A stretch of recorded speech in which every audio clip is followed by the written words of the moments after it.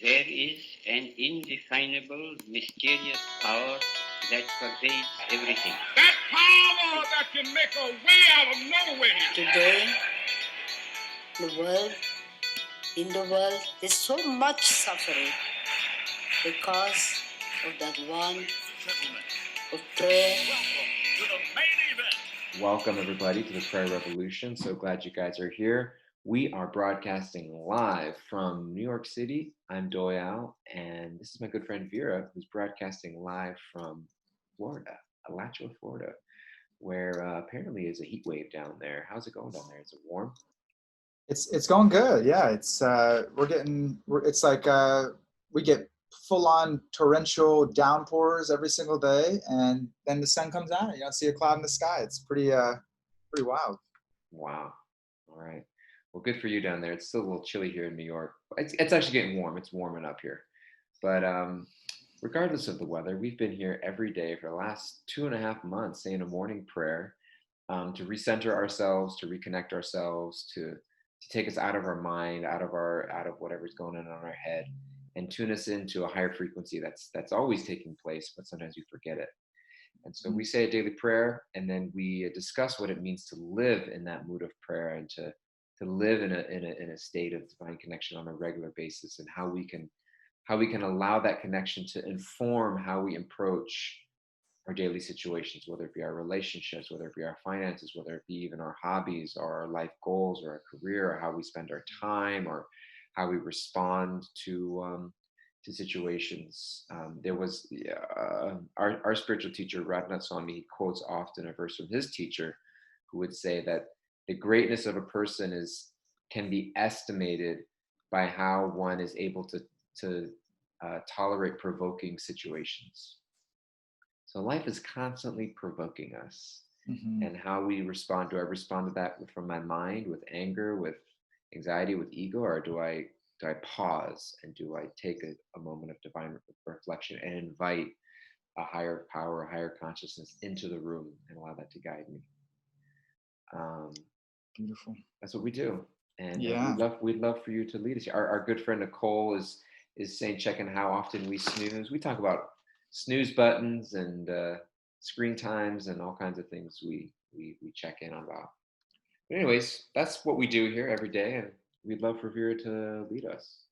Absolutely. Super grateful. Yeah, you're prompting us and connecting us to such a important distinction. So I'll share our prayer on that today. And so everybody that is tuning in, take a moment. We're going to just pray for a few minutes. We're going to go into a little meditation, prayer, spiritual intention, and connect to ourself beyond our mind, beyond our body, beyond our ego, all of the identities, all the masks, all the constructs we've created in this life. We're going to connect beyond that. And we're going to connect to our higher power, who sees us, loves us, accepts us, just like an unconditional mother for her child. That pure, unconditional love is like the sun rays that are beaming down constantly. They're not in any way seeing who should receive the sun rays, who should not receive it. They're free for everyone unconditionally.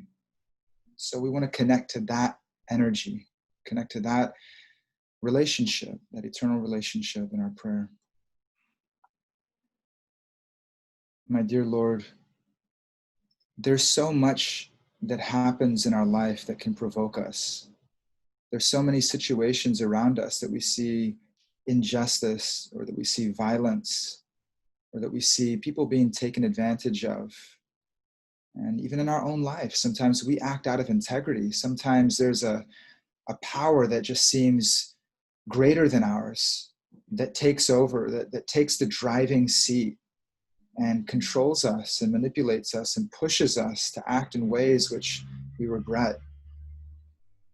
When we see those things taking place in our own life, we see those things taking place in the lives of others, we can feel so hopeless. It can make us feel so hopeless. Or we can respond in depression or anger, rage.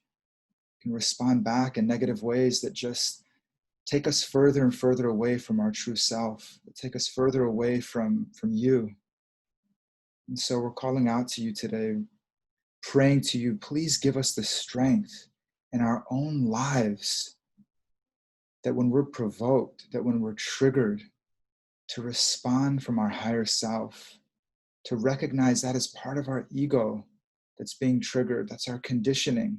That's our traumas from this life. It's not who we are. It's a part of us. It's a part of our psychology. It's a part of our conditioning.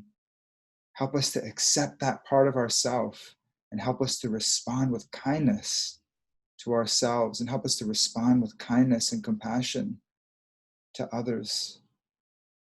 When we see the injustices taking place in the world around us, when we see people acting out of integrity, acting from fear, acting from violence, acting from ego, when we see that, just to recognize that suffering is taking place within that person's heart and consciousness.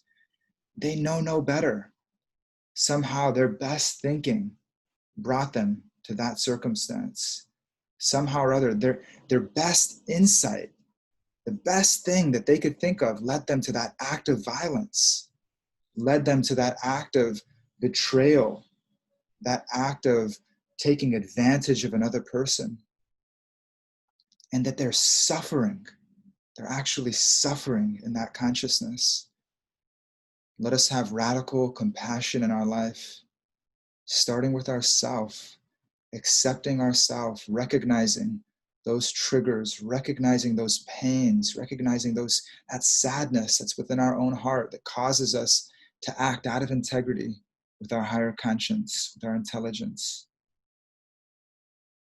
Having acceptance and compassion in ourselves so that we can heal, that we can respond back as instruments of your grace, as instruments of your compassion. The world needs it so much, my Lord. Please help us to move beyond the conditioning, move beyond the limitations, the constructs we place on ourselves. Please help us to move beyond those, to transcend them, and to become instruments of your love, instruments of your compassion, instruments of integrity in the world. You call out your names every single day. Everything's invested in your names. You reveal it in the great Vedic teachings, the great Vedic wisdom, so many different spiritual traditions revealing the same truth. Hallowed be thy name. Your name and yourself are non-different. When we call out your name, you're sitting with us. You're dancing on our tongue. You're dancing in our hearts. Help us to feel that connection today. Help us to feel that awakening, to break through the false ego and to reconnect to ourselves spiritually. Hare Krishna, Krishna Krishna, Hare Hare, Hare Rama, Rama Rama, Hare.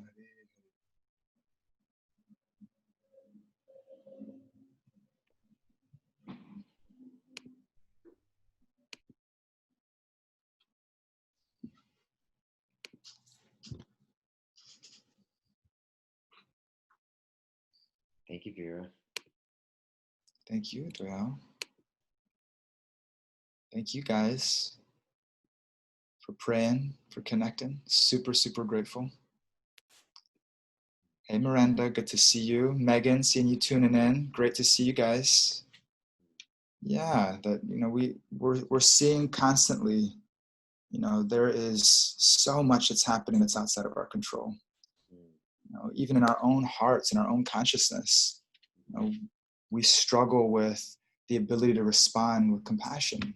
We struggle with that day in and day out, with the little things, the big things in our life. And we see the people around us in our life struggling with the same thing. We're struggling with the false ego. We're struggling with this part of ourself that it's the antithesis of our spiritual nature. And it's somehow or other, it's wanting to take hold. It's wanting to take hold of our life. It's wanting to take the driver's seat of our life and disconnect us from ourselves spiritually. Like a little child, we've been talking about it a lot in our lifestyle transformation course that we're in right now. That little child that's within, that wasn't seen, that little child that experienced that pain or that trauma or that difficulty, that heartbreak, and that throughout our life, that's the loudest voice that's coming through. Throughout our life, there's that child that wants to be seen. There's that child that wants to be heard. There's that child that takes the driver's seat of our life. controlling our outcomes, controlling the way we think, controlling our decisions. And that unconsciously we're giving in to that child, that wounded child within. We're giving in to that voice. We're giving in to that conditioning. And we're thinking that is the reality. That's us. And then what takes place from there? The thinking gets warped by that. Our actions get warped by that. You know, we don't actually step in. We don't actually step into living that life that we believe is true to us. That life of grace, that life of compassion, that life of forgiveness. Because there's that part of us, that wounded part of us that's driving. And how we can all give space to that part of ourselves, you know, every single day of our life, to be able to pause. You know, the power of meditation, the power of pranayama or breath work, the power of pausing in our day and reflecting, to be able to see who's driving. Who's driving, right? It is a valuable vehicle. Right? Who am I giving the wheel of that vehicle of my life to? Am I giving the wheel of my destiny, of my future happiness and the outlook of my life, the destiny of my life? Am I giving that over to that unconscious part of myself, that wounded part of myself? Or am I consciously pausing, recognizing that pain, recognizing those traumas, recognizing that voice inside that just more than anything needs that validation, needs to be heard, right?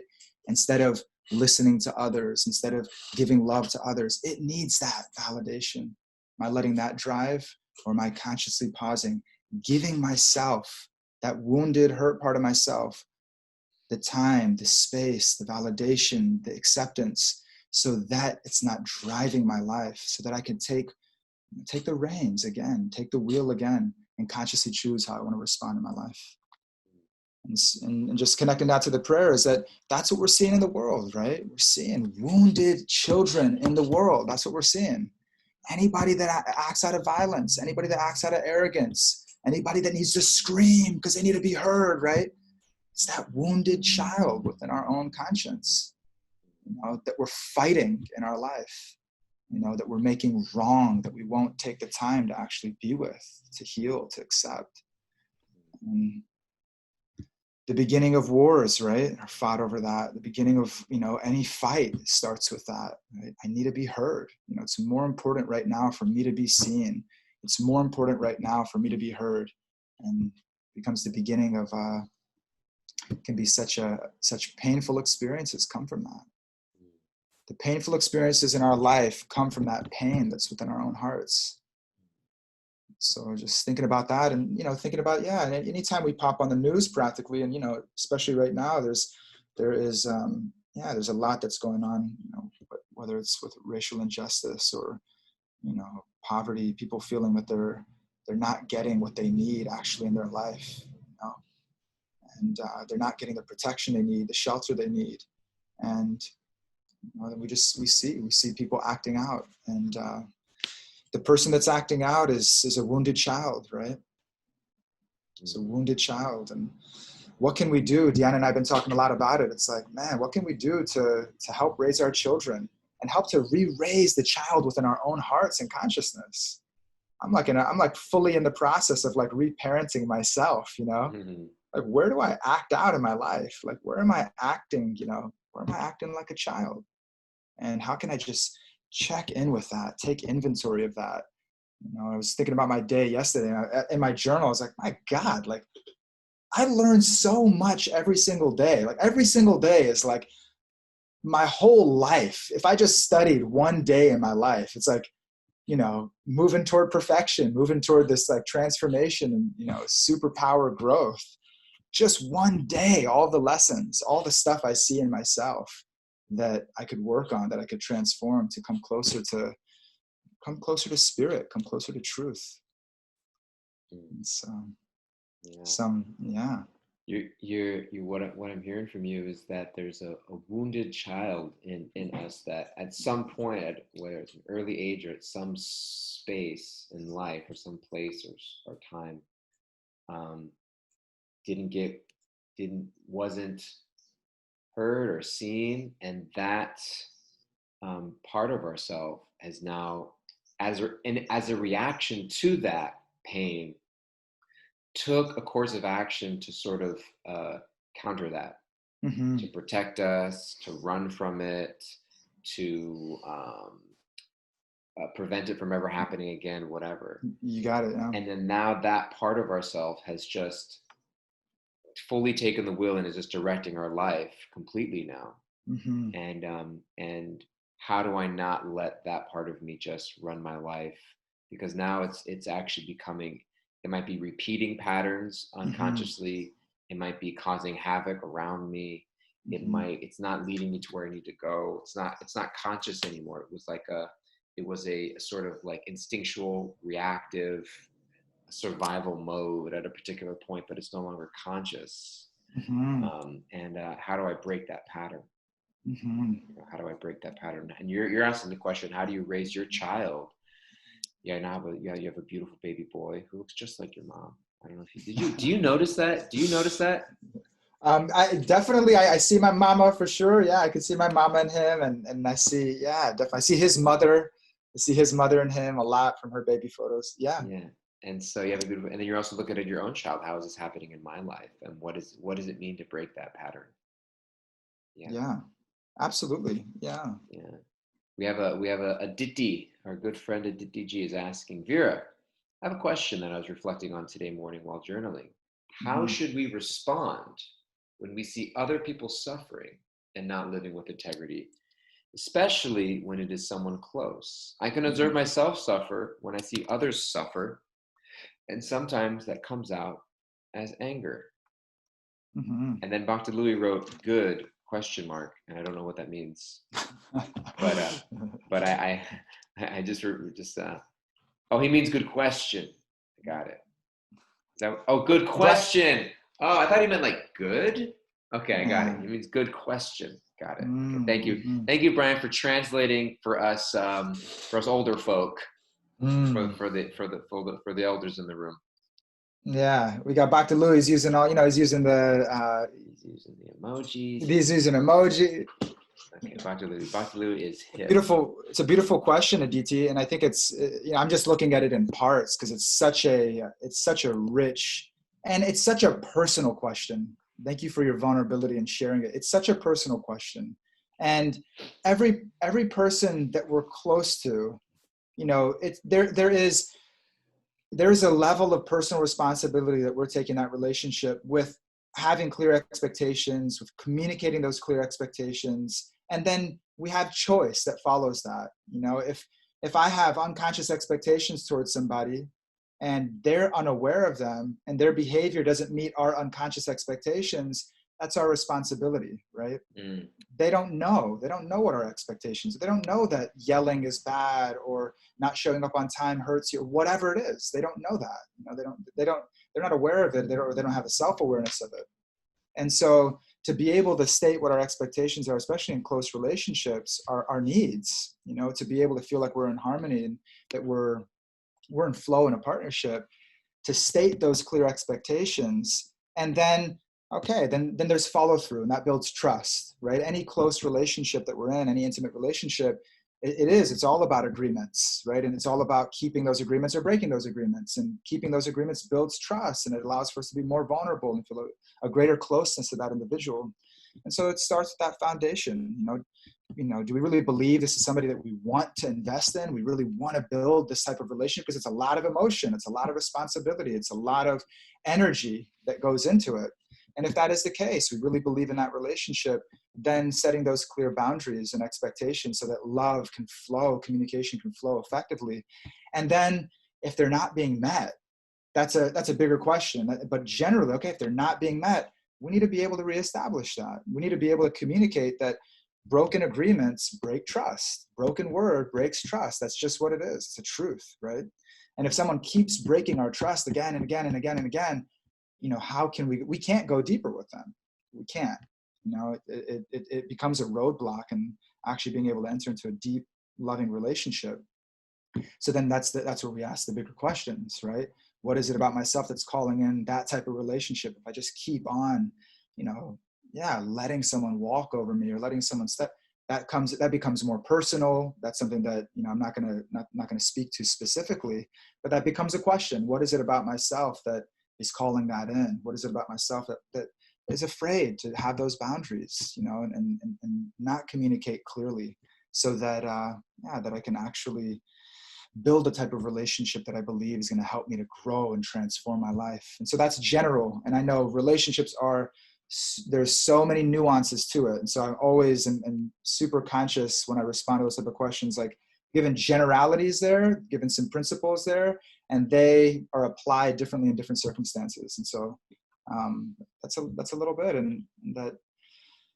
So that's one part of it. And then I'm hearing you talking about, okay, we're seeing that I'm suffering because I see actually somebody is, they're suffering through their behavior, and I love them and I care about them, but I see they're hurting themselves. They're hurting themselves again and again. And so now I'm feeling that pain because I have that compassion and I have that empathy and I care about them. And so I think part of that is totally natural. When we love someone and care about them and they're suffering and they're struggling in their life, it's totally natural to feel that pain. And if I find myself in a reoccurring experience where someone's suffering, their suffering is becoming my pain, I'm taking it on, and that's happening again and again and again. Okay, now what's actually serving? Is that actually serving them for me to keep kind of falling into that consciousness? Is that actually serving my personal growth to keep following that consciousness? And again, it's a specific thing. If we were talking one-on-one, then I could really understand the detail of it and just help you to unpack it and go deeper into it. And so I'm just talking a little bit generally about it. Doyle, you have any thoughts on that? I really appreciate and love all you're saying, Vera. When I read Aditi's question, how should we respond when we see other people suffering and not living with integrity, especially with someone close? So I see two things there. One is that someone's suffering, and another is that they're not living in integrity. And so I'm reminded of this beautiful adaptation of the Serenity Prayer that I say often for myself. And it's, God, grant me the serenity to accept the people I cannot change, the courage to change the one I can, and the wisdom to know that that one is me. So grant me the serenity to accept the people I cannot change, which is everybody. I can't change anybody. If I want somebody's life to improve, I have to pray and beg for God to step into that person's life, or for God to inspire me in a way that I could show up in that person's life. Because even if sometimes it's not what you say, it's how you say it, or it's not what you say, but it's where you're coming from. And so it's like, part of what I think it's frustrating a lot, and maybe parents experience this, or friends experience this, or spouses experience this. Like I have friends, sometimes they'll joke and they'll tell me I need you to tell my wife this, or I need you to tell my husband this. I'm like, why don't you tell them? It's like, they won't hear it from me, but they'll hear it from you, And so it's that we sometimes, and part of it is because when I share something with somebody, if I'm not coming from the right place, they're not going to hear it in the right way, And so I have to pray that God inspires me to actually empower my words to make effect, not just say the right thing, but really check where I'm coming from. Is it a controlling place? Is it a anxious place? Is it a prideful place? And so that's what I mean. Like, I can't change anybody, but things can be helped. But it's really God working in their heart and working in my heart to be the best friend for them. And then to change the one I can, which is me. Did you have teenage daughters and always the most receptive to advice from their fathers? Exactly. And also you have Vira's mom is here writing in the chat board. The usual reaction is to avoid the wounded child unless they want help, right? And so sometimes we may be trying to change somebody who doesn't necessarily want to be changed. And so sometimes we have to let people go through their cycle because they're meant to go through that process, and the best thing we can do is just never abandon them. Never abandon them. And then the other thing that came to my mind as you were speaking, so one is that people are just like, let's say someone's just personally suffering. So, they're drinking themselves into a hole, or they're throwing their finances away or whatever. And there's also, is their living out of integrity causing suffering to other people? Not just yourself, but they're actually causing harm. through theft or through violence or through deception or through manipulation or through dishonesty, etc. And if that's the case, then there's, obviously justice comes into place, where there's a sense of creating boundaries where people recognize they can't continue a certain behavior because, and the thing is, we have to set boundaries for yourself, and that becomes hard. You know what I mean? I was talking with a friend a while back, talking about alcoholism in the family, and they wanted to do an intervention. Intervention is where you kind of like lay down a certain kind of like an ultimatum, like, we think you need a life change, and it could be someone struggling with alcohol, it could be with anything. We think you need a life change, and I said, you can do that, but you have to be very, very clear where you stand and what the consequences are, because you might have to be willing to draw a boundary in your life. Like, hey, if this behavior doesn't change, I'm going to need to distance myself from this relationship because I can't engage. It's too painful. And I feel like there's manipulation or there's abuse or there's lack of respect. And so we have to be willing to draw that line sometimes for ourselves and for them and for their betterment. And so I think a lot of it comes from surrender and from humility and recognizing that, like, I'm not the savior, I'm not going to change, but I care about this person. So sometimes the greatest expression of care is just never abandoning them and being with them through that suffering, and being very careful not to act as an enabler of that suffering. And where do we draw that strength? We draw it from a higher power. We draw it from Krishna. We draw it from God. We can't do it alone. I cannot do this alone. And then that becomes a catalyst to deepen our spiritual connection. Yeah, it's beautiful. Casey sharing, I'm not the controller. And that's what I'm hearing you say, is like, at a certain point, drawing that boundary is the willingness to say, I'm not the controller of this person's destiny.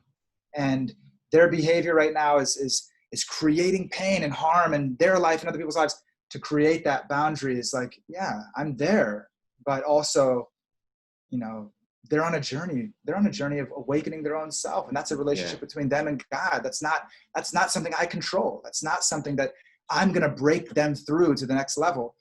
But the compassion, the love is there, and sometimes that takes a boundary. Sometimes that takes a little bit of distance. There's a beautiful book by Ryan Holiday. He's a big fan of Stoicism and the writings of Marcus Aurelius from ancient Greece, and he's written a few books. And one of his, I think his first big book was called "The Obstacle Is the Way," and it's not exactly pertaining to this, but there's a corollary where he talks about, like, the obstacles and setbacks in life. Sometimes we think that I've achieved so much despite all the challenges. And he would say, I've achieved so much because of the challenges. You know what I mean? And it's like, it's not that, like, oh, I wish that it wouldn't have, I wish it wasn't so hard or something like that. And sometimes he's saying, like, it's actually because of those things that we wouldn't have gotten to where we were without them.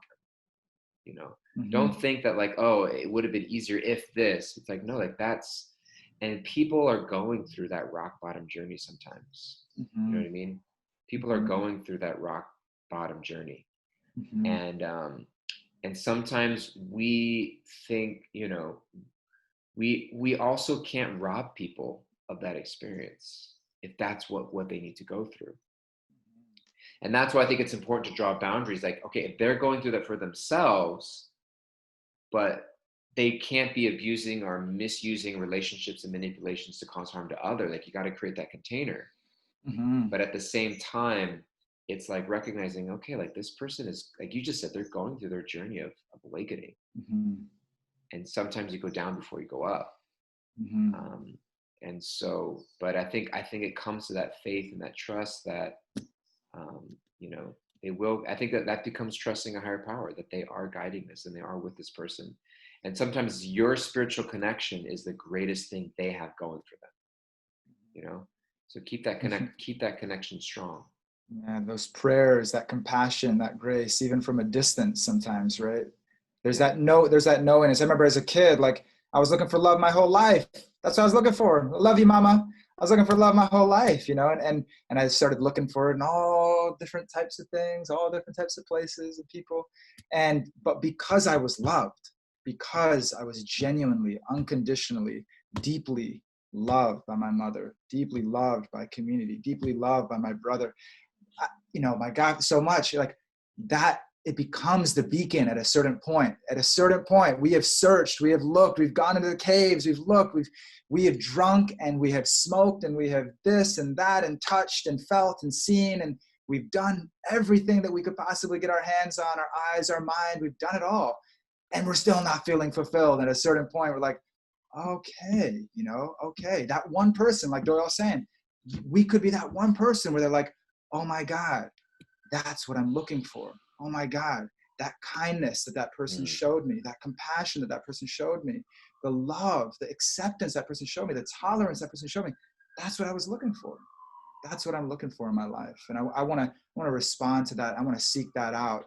And so we can be that, we are that in the lives of anybody who we come into contact with. And we never know that one act of kindness, how it can hit somebody's heart, hit somebody's soul, and become their focus in life, that they want to experience more of that. And so that's my story for sure. My story is at a certain point recognizing that that's actually what I was looking for. I remember it so clearly. I remember it 20 years old in my backyard. I remember, oh my God, the way my parents loved me, the way they lived, that's what I'm looking for. It's that feeling that I'm looking for. And I thought it was something else. And I pray that we can feel that today. We can remember those individuals who, even one small act of love and kindness, we can remember that today. That let that be the barometer. Let that be our bearing, for how we are moving in this world. Let us seek it and let us be instruments of that in everybody's life. Yeah. And stay nourished. Mm-hmm. Stay nourished. It's the best thing you can do sometime for someone else is take care of yourself. Mm-hmm. We love you guys so much. Thank you for the beautiful questions. Thank you for all the beautiful comments, everybody. We're super, super grateful. If you're listening on one of our recorded platforms or tuning to Instagram Live, we'd love to have you on our live Zoom group every day. We've been having close to 15, 20 people every day on Zoom. We have a chat board here you guys can keep in touch with. You can email us at prayerrevolution@bhakticenter.org to get our Zoom link, or just be in touch with us. Write us an email. I check the inbox every day. Whenever there's no emails, I get sad. So write to us, Pete. Let us know what you love about the show. Let us know what you'd like to hear us talk about. Any feedback you guys have. We always like to grow and to learn. And thank you guys all for tuning in. As always, your homework, go to Apple Podcasts, SoundCloud, Spotify. Subscribe, leave us a 5-star review or rating. We'd love to hear from you guys. And tune in, as always, to bhakticenter.org/online. We got all kinds of really great, beautiful offerings. Our good friend Yogi Charu is leading a Yoga Nidra meditation training online starting on Monday. If you don't know Yogi Charu, you're missing out on life. One of a lifetime opportunity. You can find him online.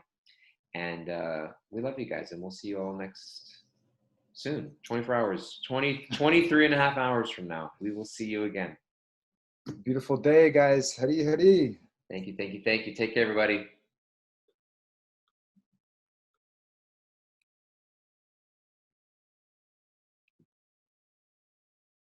See you later, everybody.